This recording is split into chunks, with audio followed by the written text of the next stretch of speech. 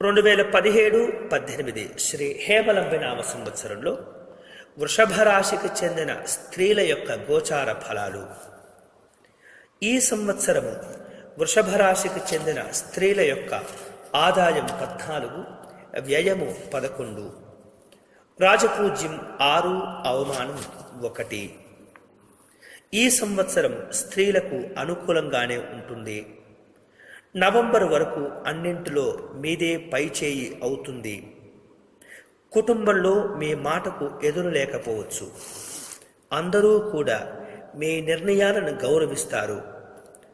భార్యాభర్తల మధ్య సరి అయినటువంటి అవగాహన ఉంటుంది. విలువైనటువంటి వస్తువులు కొనుగోలు చేసే అవకాశాలు ఉన్నాయి.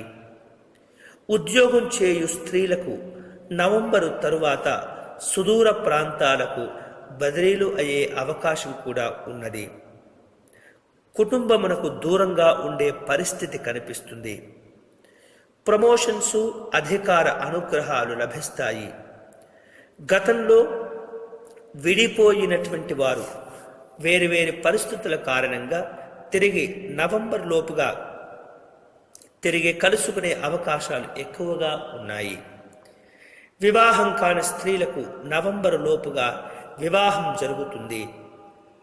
గర్భిణీ స్త్రీలకు సులువుగా ఇతరమైనటువంటి ఎలాంటి ఇబ్బందులు లేకుండా సుఖప్రసవాలు జరిగే అవకాశాలు ఎక్కువగా ఉన్నాయి. గ్రహ సంచారం చేత కోరుకున్నటువంటి సంతాన ప్రాప్తి కలుగుతుంది. అయితే సంతాన ఆరోగ్యాది విషయాల్లో జాగ్రత్తలు కొంత తీసుకోవాల్సిన అవసరం కనిపిస్తుంది. లేనట్లయితే ఇబ్బందులు తప్పకపోవచ్చు. మీ పేరుతో స్థిర ఆస్తులు ఏర్పడే అవకాశాలు ఉన్నాయి. మొత్తం మీద ఈ 2017-2018 శ్రీ హేమలంబ నామ సంవత్సరంలో ఈ రాశికి సంబంధించినటువంటి స్త్రీలకు నవంబర్ వరకు కూడా యోగదాయకంగానే ఉంటుంది.